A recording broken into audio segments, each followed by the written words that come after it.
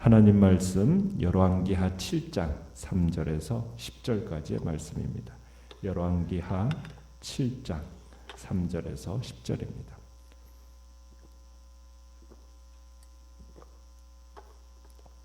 열왕기하 7장 3절에서 10절 우리 한 목소리로 같이 읽습니다. 시작. 성문 어귀에 나병한 자 네 사람이 있더니 그 친구에게 서로 말하되 우리가 어찌하여 여기 앉아서 죽기를 기다리랴. 만일 우리가 성읍으로 가자고 말한다면 성읍에는 굶주림이 있으니 우리가 거기서 죽을 것이요 만일 우리가 여기서 머무르면 역시 우리가 죽을 것이라. 그런즉 우리가 가서 아람 군대에게 항복하자. 그들이 우리를 살려두면 살 것이요 우리를 죽이면 죽일 것이라 하고 아람 진으로 가려 하여 해질 무렵에 일어나 아람 진영 끝에 이르러서 본즉 그곳에 한 사람도 없으니 이는 주께서 아람 군대로 병거 소리와 말 소리와 큰 군대의 소리를 듣게 하셨으므로 아람 사람이 서로 말하기를 이스라엘 왕이 우리를 치려 하여 햇사람의 왕들과 애굽 왕들에게 값을 주고 그들을 우리에게 오게 하였다 하고 해질 무렵에 일어나서 도망하되 그 장막과 말과 나귀를 버리고 진영을 그대로 두고 목숨을 위하여 도망하였음이라. 그 나병 환자들이 진영 끝에 이르자 한 장막에 들어가서 먹고 마시고 거기서 은과 금과 의복을 가지고 가서 감추고 다시 와서 다른 장막에 들어가 거기서도 가지고 가서 감추니라.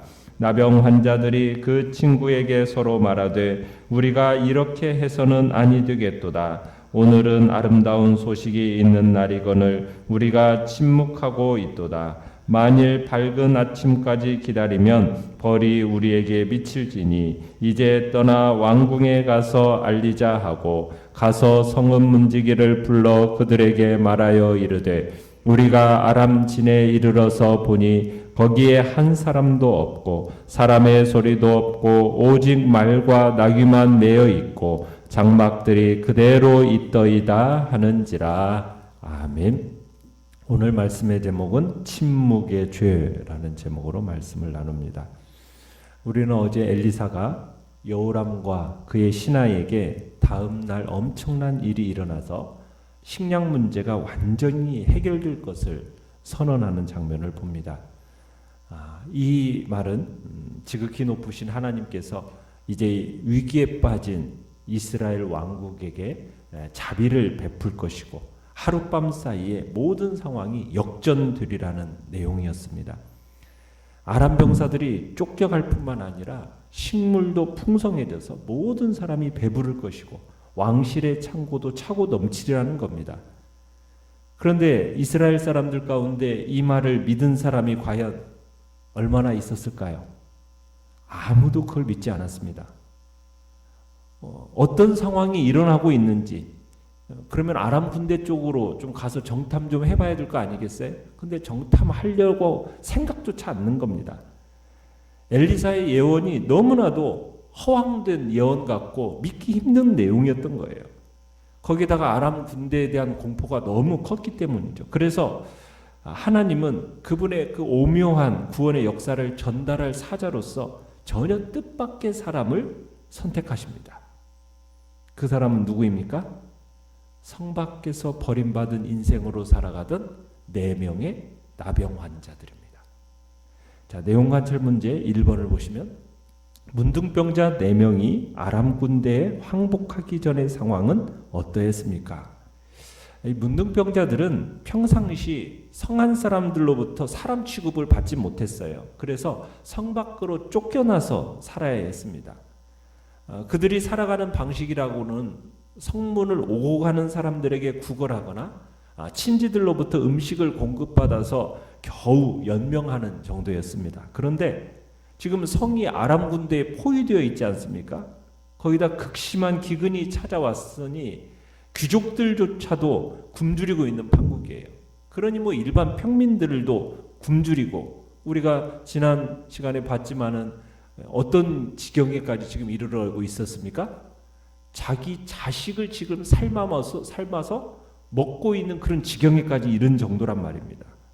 그러니 이들은 지금 사람들에게 구걸해서 먹고 있는 처지이니 이들은 더욱더 먹을 거리가 없었겠죠. 굶주림으로 인해서 거의 죽게 된 겁니다. 그래서 이 나병 환자 4사람이 모여서 서로 어떻게 할 건가 서로 이제 이야기를 나눕니다. 회의를 열었어요. 그리고서는 최후의 결단을 그들이 내립니다. 뭐라고 결단을 내리는 겁니까? 성읍에 머물러 있어봤자 죽을 것이 뻔하다. 그러니 우리 아람군 진영이라도 한번 가보자. 우리 죽게 되더라도 뭐 굶어 죽는 거나 아람 군인들에게 맞아 죽는 거나 죽기는 매한가지 아니냐. 혹시라도 그 사람들이 살려주고 먹을 거라도 주면은 지금보다 훨씬 나을 거 아니겠느냐. 이런 생각에서 이들이 이제 더 이상 잃을 것이 없는 사람으로서의 그런 결단을 내리고 사생결단을 내린 이 무등병자들이 사마리아를 떠나서 지금 아람군 진영으로 가게 된 겁니다. 문둥병자들은 원래 성문 어귀에 살고 있었기 때문에 그렇게 구걸하는 것이 일반화되어 있었기 때문에 성 떠나는 것이 그렇게 어려운 일이 아니었어요. 자, 내용과 틀문제 2번을 보시면 그들이 아람 군대 진영에 도착했을 때 어떤 상황이 펼쳐졌습니까? 자, 이 나병 환자 4사람이 막상 아람 군대 진영에 딱 도착해 보니까 뜻밖의 상황이 벌어져 있죠. 아람 사람들의 그 군대 막사가 어떻게 되어 있습니까? 텅텅 비어 있고 한 사람도 없는 거예요. 도대체 무슨 일이 일어났었던 걸까요? 하나님께서 아람 군대에게 이상한 소리를 듣게 하셨던 겁니다. 물론 사마리아 사람들, 사마리아에 갇혀 있는 이스라엘 사람들에게는 그들의 귀에는 전혀 들리지 않았던 소리예요. 어떤 소리입니까? 엄청난 대군이 몰려오는 것 같은 많은 말, 병거 소리, 사람의 소리, 이걸 듣게 하신 거예요. 일종의 환청이죠. 그런데 환청인데 한 사람에게만 들리는 환청이 아니라 모든 병사들의 귀에 동시에 들려지는 너무나도 분명한 소리였던 겁니다. 그러니까 이 아람 군대 모든 사람들이 다 놀라서 일어나서 뭐라고 생각을 한 거예요? 이스라엘 왕이 해쪽 속 애굽을 포함한 주변 민족들에게 용병을 요청했는데 이 용병들이 지금 도착한 소리다. 그렇게 알고서는 기겁해가지고 도주를 하게 되는 겁니다. 얼마나 마음이 급했는지 모든 것을 놓아두고 몸만 빠져나갔다고 얘기하고 있어요. 그러니까 하나님이 무시무시한 그 군대의 진군 소리를 이 아람 군대 모든 사람들에게 들리게 하신 겁니다. 해질 무렵이었어요. 그러니까 물건들을 그대로 두고서는 걸음하나 살려라 하면서 지금 모두 다 도망가고 말았다라는 겁니다. 나병 환자 4사람이 아람군 진영에 도착할 무렵이 바로 그 무렵이었던 거죠. 나병 환자들이 처음에는 의심을 가지고 아마 조심스레 살펴봤을 겁니다. 그런데 어느 막사를 가봐도 아무데에도 아람군이 어디 없는 거예요. 그래서 여기저기 이제 들어가서 약탈하면서 먹고 마시기 막 시작합니다. 한참 먹고 마시고 또 은과 금과 의복도 막 감추고 막 이러고 나니까 갑자기 양심의 소리가 들려오기 시작하는 거예요. 무슨 소리입니까? 9절에서 보면은 그렇죠. 이 좋은 일들을 자신들만 누린다면 이 일을 행하신 하나님의 저주가 자신들에게 내릴 것이다라는 생각이 든 거예요. 침묵의 죄를 범하면 하나님의 벌이 우리에게 임할지도 모른다. 이런 생각이 딱 들으니까 이 사람들이 10절에 가서 어떻게 합니까? 사마리아 성으로 돌아가서 성 문지기에게 이 소식을 전하게 됩니다. 하나님께서 사마리아 사람들을 살리기 위해서 이런 기적을 행하신 겁니다. 그런데 이 나병 환자 자기들끼리만 먹고 마시고 즐긴다면 하나님의 심판을 피할 수 없는 것은 당연한 일이었겠죠. 기쁨과 즐거움, 특히 하나님께로부터 비롯된 이 축복을 함께 나누어야 했던 겁니다. 참 사마리아 사람들은 구원의 소식을 듣는데 지금 누구로부터 듣고 있는 겁니까? 어떻게 보면은 그들로부터 무시당하고 천대받고 소외된 이 나병 환자들로부터 이 소식을 듣고 있는 겁니다. 하나님의 방법이라는 것은 참 우리 연약한 인간의 머리로는 이해가 잘 되지 않는 경우가 많아요. 하나님은 주권자이십니다. 그렇기 때문에 자기가 기뻐하는 자들을 사용하십니다. 하나님은 종종 인간의 교만을 꺾고자 역사하시는데 그 이유는 하나님은 자신의 영광에 열심이고 어떤 육체도 하나님 대신 영광 받는 것 그걸 허락하지 않으시기 때문에 하나님은 이런 일들을 하시는 거예요.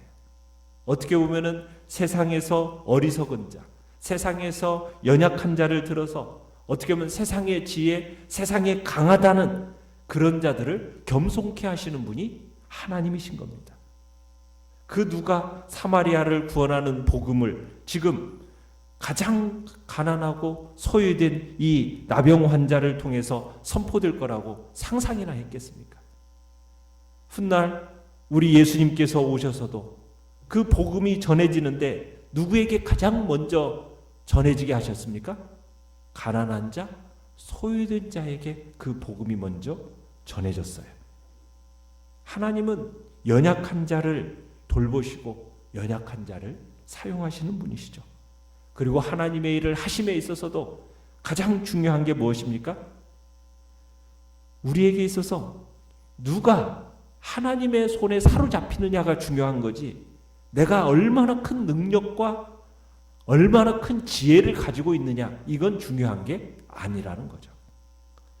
자, 영과 목성 문제 3번을 보시면 만일 문둥병자들이 이 아름다운 소식을 끝까지 알리지 않았다면 사마리아 성 사람들은 어떻게 되었을지 묵상해 봅시다. 어떻게 되었겠습니까? 먹을 것이 없어서 비참하게 굶어 죽게 되었겠죠. 오늘날도 마찬가지입니다. 영원한 삶에 대한 보장을 받지 못하고 죄로 말미암아 영원한 죽음의 포로가 되어 있는, 그래서 절망 가운데 살아가고 있는 사람들이 이 시대의 사람들입니다. 하나님께서 타락한 이스라엘 백성들을 향하여 아모스 8장 11절에서는 이렇게 말씀하십니다. 보라, 날이 이를지라 내가 기근을 땅에 보내리니 양식이 없어 주림이 아니며 물이 없어 가람이 아니요 여호와의 말씀을 듣지 못한 기갈이라. 그러니까 하나님께서 세상에 얻는 그 물질 풍요, 권력, 학문, 건강 이런 것을 세상은 인생 최대의 목표로 삼고 살아가고 있습니다. 그걸 누리면서 겉으로는 풍요와 화려함을 자랑해요. 그렇지만 그들 속에는 여전히 해결할 수 없는 배고픔과 갈증이 있습니다. 그 갈증은 무엇입니까? 영원한 미래에 대한 확신이 없는 거예요. 그걸로 말미암는 절망감이 그들 마음속에는 다 존재하고 있습니다. 그 절망감은 영생의 물이시고 영생하는 생명의 떡이 되시는 예수 그리스도를 발견하지 못한 자들에게는 그 모든 절망감이 그들에게 있다라는 사실이에요. 이 세상의 모든 사람들은 이 생명의 양식이 없어서 지금 줄이고 그리고 목말라 죽어가고 있다라는 사실입니다. 우리는 그 사실을 기억해야 되는 거죠. 사마리아 성 사람들이 지금 굶어 죽어가고 있는 것처럼 이 땅을 살아가고 있는 대다수의 많은 사람들이 그렇게 영적인 기갈과 영적인 기갈로 죽어가고 있다는 사실을 우리는 생각해야 된다는 얘기입니다. 느낀 점 4번을 보시면 정신없이 자기 배만 불리고 재물을 감추던 문둥병자들이 뒤늦게나마 다른 사람들에게 기쁜 소식을 알리는 것을 보며 무엇을 느낍니까? 여러분, 문둥병자들이 자신들의 그 행위가 선하지 못하다라는 것을 깨달았어요. 그죠? 오늘 아름다운 소식이 있는데, 그죠? 9절에 보면 오늘은 아름다운 소식이 있는 날인데, 우리만 즐기고 우리만 만족해하며 이렇게 잠잠히 앉아 있는 것, 이것은 옳은 일이 아니라는 것을 이 나병 환자들은 깨달은 거예요. 하나님께서 왜 네 사람의 이 문둥병자들로 하여금 먹을 것들로 가득 쌓여 있는 이 아람 군대의 진영을 보게 하셨겠습니까? 자기들 혼자 그냥 먹고 마시도록 하기 위해서 지금 그 아람 군대 진영을 보게 하셨겠습니까? 아니죠. 자기 동족들에게 전하도록 하기 위해서 하나님께서 보이신 거 아니겠습니까? 마찬가지예요. 하나님께서 우리에게 왜 영원한 생명이 되시는 생명의 떡이 되시고 영원한 생명의 물이 되시는 예수 그리스도를 보게 하셨습니까? 우리를 그 구원의 자리에 부르신 이유가 무엇이겠습니까?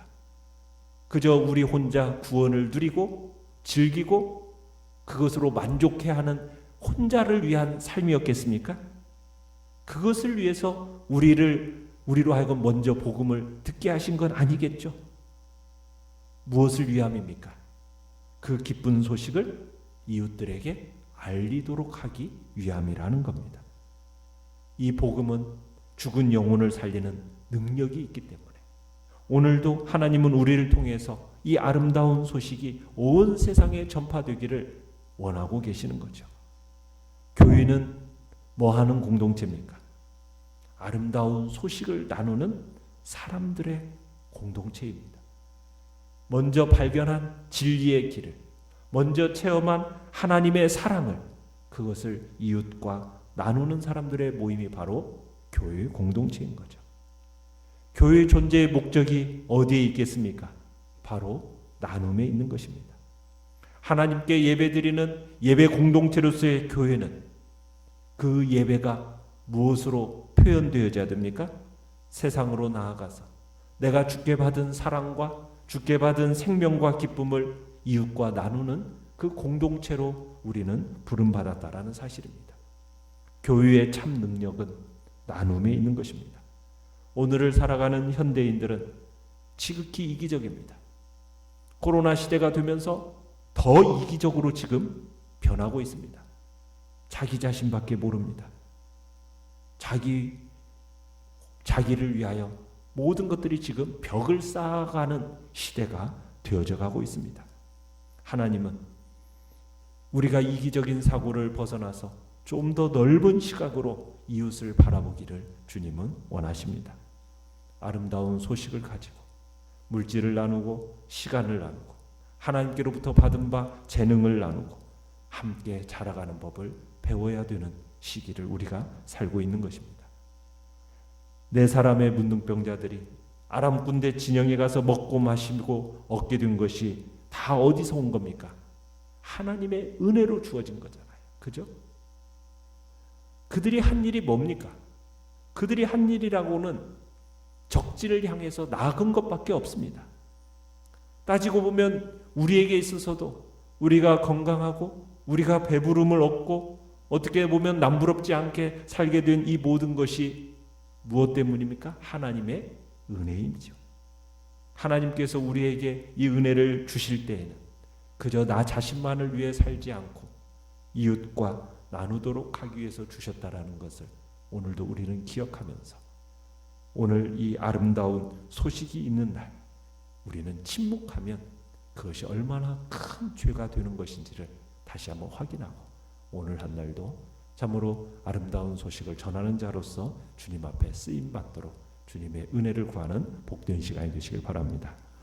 결단과 적용 5번을 보시겠습니다.